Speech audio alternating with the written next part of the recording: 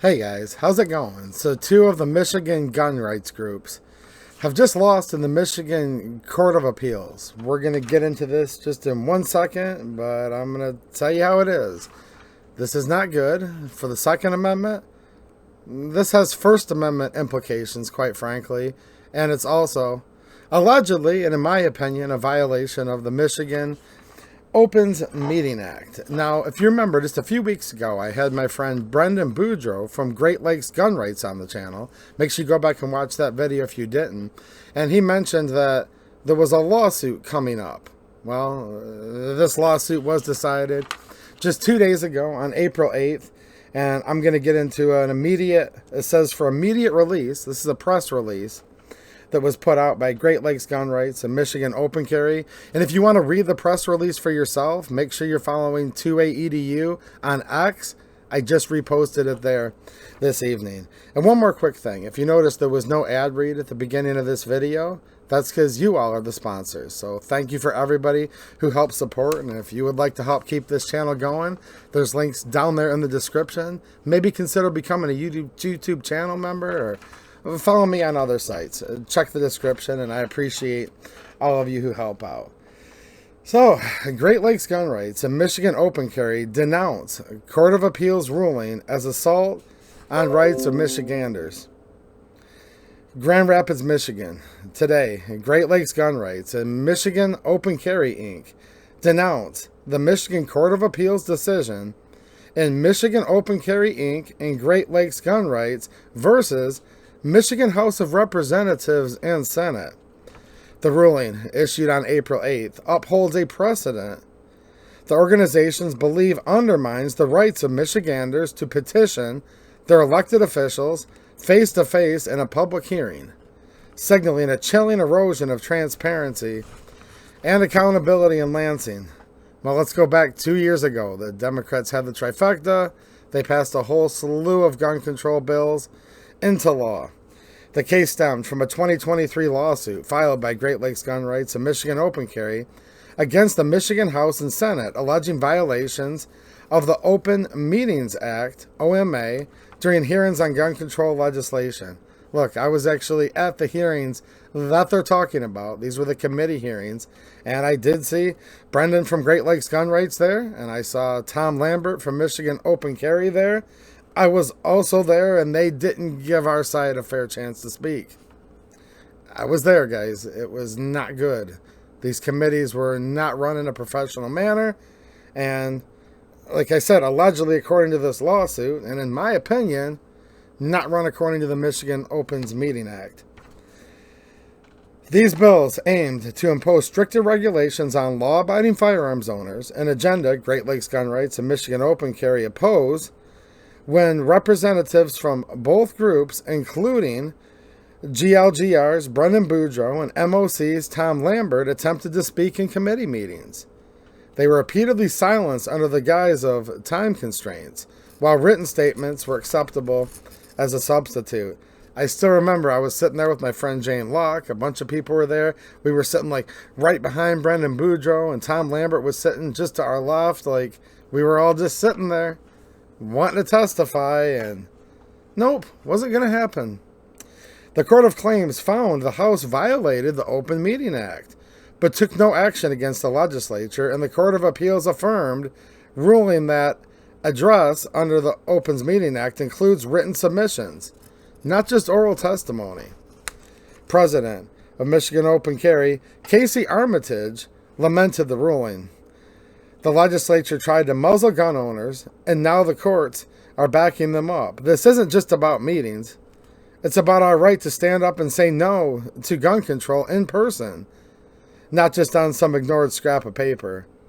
This decision emboldens every anti-gun politician to shut out the people they're supposed to serve. This decision is a gut punch to every Michigan gun owner who refuses to bow to Lansing's anti-gun tyranny, said Brendan Boudreau, Executive Director of Great Lakes Gun Rights. The Court of Appeals has just handed politicians a free pass to gag us while they plot to strip away our Second Amendment rights. Written notes don't cut it when they're ramming through laws to disarm us. This ruling lets them hide behind paper while we lose our voice and our freedom. I agree. This is what a tyrannical government looks like. And real quick, I've always said this so many times in my videos and in my streams. Look, I love the whole Bill of Rights. I truly do. Beautiful document. But I like the Second Amendment just a little bit more because it was put there not for if, but for when they come for all the rest. And in gun control hearings, they were silencing people. Go figure. Tell me in the comments if you're surprised. Look how surprised I am. Yeah. Tom Lambert, counsel for both Michigan Open Carry and Great Lakes Gun Rights, said, in a response to the ruling, the legislature limited our ability to participate fully in these proceedings, and the courts have now upheld that approach. This case goes beyond mere procedural issues. It touches on our fundamental right to engage directly with lawmakers on critical matters like gun control. Rather than being relegated to written statements that may not receive due consideration, this ruling could unfortunately empower legislators to further distance themselves from the constituents they represent. And I would say this government is supposed to operate at the consent of the governed. That's what the Declaration of Independence says. These are literally public servants, and don't forget this. They work for us, and you pay their salaries. The organizations argue that the ruling sets a dangerous precedent, allowing public bodies to sidestep direct accountability by limiting public input to written form, a move they see as a tactic to suppress dissent against gun control measures. Yeah. GLGR and MOC remain united in their no-compromise stance, vowing to explore all avenues, legal challenges, legislative pressure, and grassroots mobilization to reverse this setback and protect Michigan gun owners. GLGR and MOC call on their members, supporters, and all liberty-loving Michiganders to join their efforts in demanding more accountability and transparency from our elected officials, that they also uphold the Second Amendment rights of all Michiganders. And in the Michigan Constitution, it's Article 1, Section 6, and it says every person has the right to keep and bear arms in defense of himself and the state. For more information, and they have their contact info right here. Make sure you check out that tweet X post that I just put up. Make sure you're following 28EDU on X, by the way. I post all kinds of cool stuff there. And I'll just conclude with a little bit about these two groups. If you're not familiar, both friends of mine. I think they're both excellent groups. About Great Lakes Gun Rights. Great Lakes Gun Rights is a no-compromise grassroots organization dedicated to preserving and advocating Second Amendment freedoms in Michigan through activism, education, and legal action. About Michigan Open Carry, Inc. Michigan Open Carry, Inc. is a nonprofit advocating for the right to openly carry firearms, committed to defending Second Amendment rights without compromise through education and advocacy.